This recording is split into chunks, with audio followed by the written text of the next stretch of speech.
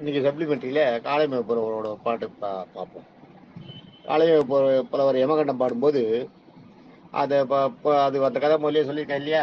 யமகண்டம் பாடும்போது ஒவ்வொரு புலவருக்கு வந்து கேட்டானா, கொட்டைப்பாக்குன்னு ஆரம்பிச்சு களிப்பாக்குன்னு முடிந்தானா.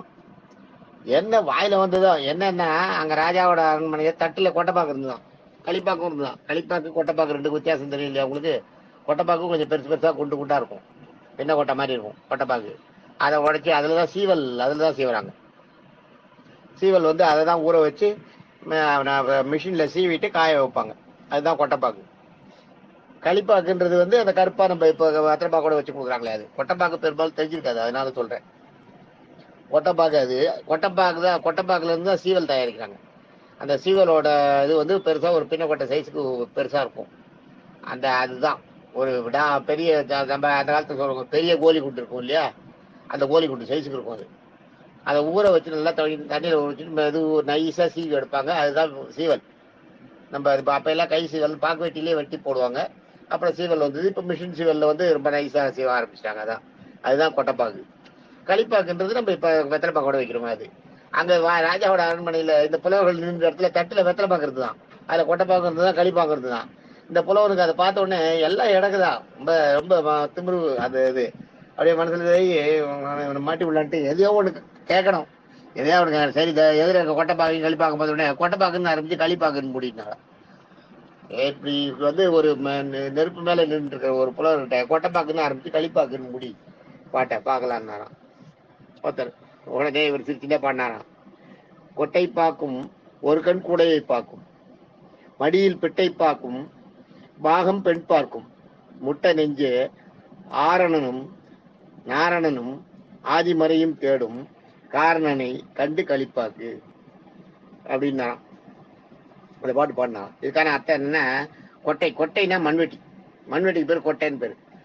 கொட்டுன்னு பாருங்க, களை கொட்டுன்னு அந்த காலத்துல கேள்விப்பட்டிருக்கீங்களா? களை கொட்டுன்னு. ஆக்சுவலா அது வந்து கொட்டுன்றது வந்து சின்னது. இந்த களை எடுக்கிறதுக்காக கீறி கீறி வயல்ல கிராமத்து ஆளுங்களுக்கு நல்லா தெரியும். அந்த வயல்ல களை கொட்டுன்னு ஒரு சின்ன மம்புட்டி மாதிரியே இருக்கும், சின்னதா இருக்கும். முன்னாடி சின்னதா ஒரு கோடு மாதிரி இருக்கும்.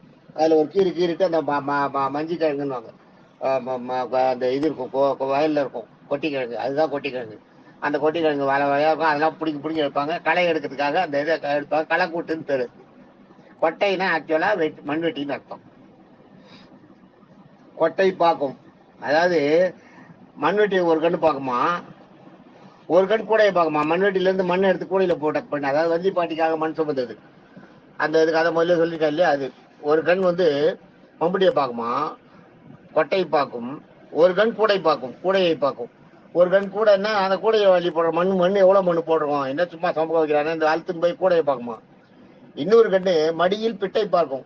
அந்த வந்தி தேவி, அந்த வந்தி தேவி விட்டு கொடுத்தா இல்லையா இவருக்கு இந்த வேலை செய்யறதுக்காக பதிலுக்கு. அந்த வைகை கரை உடஞ்சி போனப்ப அந்த வைகை கரையில மண்ணை கள்ளி கொட்டுறதுக்கு அந்த வேலை செஞ்சதுக்காக ஈஸ்வரன் தான் ஒரு சாதாரண ஆள் மாதிரி வேலையாள் மாதிரி வராருங்க. வந்த உடனே நான் புட்டுக்கு தரேன், எனக்காக போய் நீங்க வேலை செய்யறா. இவர் அந்த புட்டை வாங்கி மடியில கட்டிட்டு வந்து தான் வேலை செய்யறாரு. அதுதான் இங்க சொல்றாரு.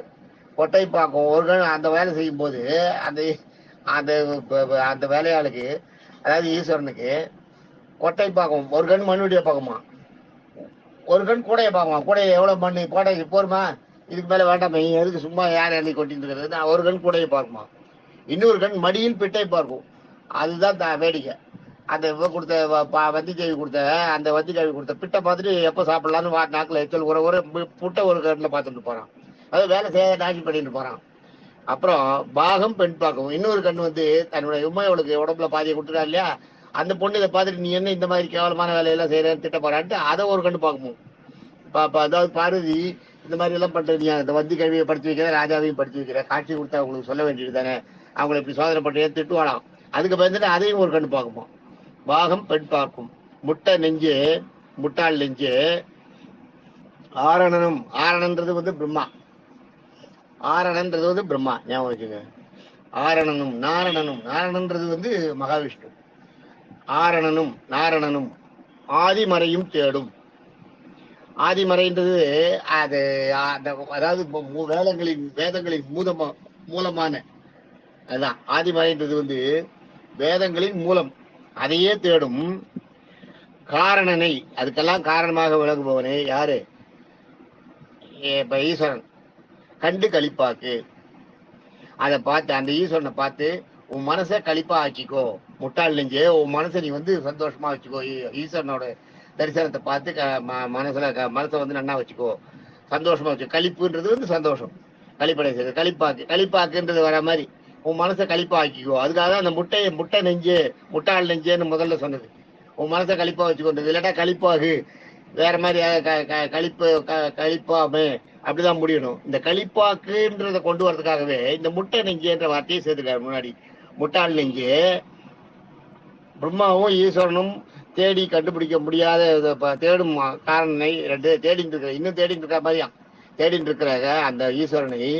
நீ வந்து லிங்க வடிகளை பாக்குற, எதிர நிக்கிறாரு, வந்து கேள்விக்கு இது படுத்துட்டு மனு சம்பந்தரு அவர் பார்த்து உன் மனசை களிப்பாக்கிக்கோ அப்படின்னு சொல்ற மாதிரி இது. அந்த களிப்பாக்குன்னு வரணுங்கிறதுக்காக ரொம்ப அழகா அந்த பாட்டை வந்து புனைஞ்சிருக்காரு. இதுவும் வித்தார கவிதான். இந்த மாதிரி சொன்னது நீங்க ஈஸ்வரன் கோயில்ல பார்க்கலாம்.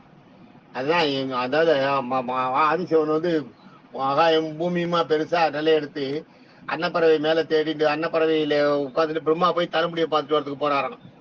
ஈஸ்வரன் மகாவிஷ்ணு வந்து வராக எடுத்து பூமியை ஓட்டிட்டு பாதத்தை பார்க்கறதுக்கு போறாராம். முடியல ரெண்டு பேராலையும். இந்த கதை உங்களுக்கு தெரியும் ஏற்கனவே. ஆனா இதை நீங்க வந்து எப்பயுமே ஈஸ்வரன் கோயில்ல பாத்தீங்கன்னா ஈஸ்வரனுக்கு பின்பக்கம் லிங்கோத்பவர்னு இருக்கும். அதுதான் அது லிங்கோத்பவர்ன்றதுதான் அந்த ஈஸ்வரன் பூமிக்கு ஆகாயம் பூமியுமா பெரிய உருவெடுத்து நின்னது. அது அந்த லிங்கோத்பவர்ல பாத்தீங்கன்னா நடுவுல லிங்கம் அந்த ஈஸ்வரனோட உருவம் இருக்கும். ஒரு கோழி முட்டை வடிவில் ஒரு ரவுண்ட் இது போட்டு அதுல வந்து ஈஸ்வரனோட உருவம் இருக்கும். கிட்ட நல்லா போய் ஒத்து பாத்தீங்கன்னா அந்த லிங்கத்தோட மேல் தலைப்பக்கம் பார்த்தீங்களா, அதுல அன்னப்பறவையில பிரம்மா பறந்து போறது இருக்கும், போய் தேடின்னு போறது. கீழே காலுங்கீழே பாத்தீங்கன்னா மகாவிஷ்ணு வராக எடுத்து நோண்டின்னு போறது தெரியும். ஆனா நீங்க லிங்கோத்பவர்ன்ற அந்த கரெக்டா அந்த சிவனை போய் பார்க்கணும். சிவலிங்கத்திலேயே நீங்க பாக்குற சைட்ல எந்த பக்கத்துல இருந்து சிவலிங்க பெரும்பாலும் சிவன் கோயில சிவனுக்கு பின்னாடி இருக்கும், சைட்ல கூட சில இடத்துல வரும். அது மாதிரி வர இடத்துல பாத்தீங்கன்னா லிங்கோத்பவர்னு போட்டுப்பாங்க. ஒரு கோழி முட்டை வடிவில் அப்படி ஒரு இது ஆச்சு மாதிரி இருக்கும். அதுக்கு உள்ள வந்து குடஞ்சி எடுத்த மாதிரி சிவனோட உருவம் இருக்கும். அதை நீங்க கிட்ட போய் நல்லா ஊத்து பாத்தீங்கன்னா தலைக்கு மேல அன்னப்பறவையில பிரம்மா பறந்து போற மாதிரி இருக்கும். காலுங்க பாத்தீங்கன்னா மகாவிஷ்ணு ஓடிட்டு போற மாதிரி இருக்கும். அதுதான் லிங்கோத்பவர். அடியும் தெரியாத முடியும் தெரியாத ஈஸ்வரன் பெரிய உருவம் எடுத்துருந்தது. அதுதான் லிங்கோத்பவர்னு பேர். அத சொல்றாருங்க. அப்படி அவங்க எல்லாம் தேடி கண்டுபிடிக்க முடியாது. அப்படியாப்பட்ட ஈஸ்வரன் இன்னைக்கு வந்து இந்த வஞ்சி வைகை வேலை செஞ்சுட்டு இருக்கான். முதல்ல போய் அந்த அவரை பார்த்து நீ உன் மனசை சந்தோஷமாக்கிக்கோ. முட்டாள் நெஞ்சு வேற எதையும் எல்லாம்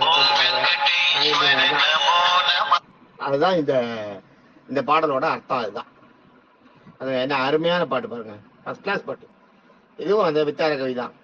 கொட்டைப்பாக்குன்னு ஆரம்பிச்சு எதையோ ஒன்று அவன் சொல்ல போக அந்த கொட்டைன்றதுக்கு வந்து மம்புட்டின்றதுல ஆரம்பிச்சு களிப்பாக்குன்னு கொண்டு முடிக்கணும்ன்றதுக்காகவே உங்களை வந்து நீங்க உங்க மனசு நீங்க வந்து களிப்பாக்குன்னு முடிக்கணும்னா உங்களை வந்து முட்டாளே உன் மனசு நீங்க நல்லா வச்சுக்கோ களிப்பாக்குன்றதை கொண்டு வரணும். அதுக்காக அந்த முட்டா நெஞ்சேன்றதை கொண்டுருக்காரு ரெண்டாவது வரியில. கொட்டைப்பாக்கும் அதான் பாட்டை கேட்டுங்க. கொட்டைப்பாக்கும் ஒரு கண் கூடையை பார்க்கும் மடியில் முதல் வரி முடிஞ்சு போச்சு. பிட்டை பார்க்கும் பாகம் பெண் பார்க்கும் ரெண்டாவது வரி. ரெண்டாவது வரியில கடைசியில முட்டை நெஞ்சு ரெண்டாவது வரி முடியாது. மூணாவது வரியில பாத்தீங்கன்னா ஆரணன்னா பிரம்மா, நாரணனும் ஆதிமறையும் தேடும் தேடும்போட மூணாவது வரி முடிஞ்சு போச்சு. காரணனை கண்டு களிப்பாக்கு. எதுகை மூனையும் வரணும் கரெக்டா. கொட்டை பிட்டை ஆரண காரண எதுகை மூனையோட வரணும் 4 வரியும். அதை எவ்வளவு அழகா அந்த முட்டாள் நெஞ்சுன்றதை கொண்டு வந்தாதான் கடைசியில களிப்பாக்குன்னு கொண்டு முடிக்க முடியும். எவ்வளவு அழகா என்ன இதுக்கெல்லாம் என்ன ஒரு சாமர்த்தியம் வேணும். அந்த அதெல்லாம் பாத்தீங்கன்னா அதே மாதிரி போனதுன்னா அந்த நம்ம ஒரு நேற்றுக்கு ஒரு பாட்டு சொன்னேனே அதே மாதிரி இடைநிலை மாற்று ரொம்ப அருமையான பாட்டு. இதெல்லாம் நினைக்கவே முடியாது. பாட்டை சொல்றேன் பாருங்க. கொட்டை பார்க்கும் ஒரு கண் கூடையை பார்க்கும் மடியில் கொட்டை பார்க்கும் ஒரு கண் கூடையை பார்க்கும் மடியில் பெட்டை பார்க்கும் பெண் பார்க்கும் முட்டை நெஞ்சே ஆரணனும் நாரணனும் ஆதிமறையும் தேடும் காரணனை கண்டு களிப்பாக்கு. எங்க அப்பா எனக்கு சொல்லி கொடுத்த பாட்டு. இந்த காலமேகப்புல ஒரு பாட்டுல நிறைய எங்க அப்பா சொல்லி கொடுத்ததுதான். எல்லாம் அதனால மறக்கவே முடியாது. தேங்க்யூ.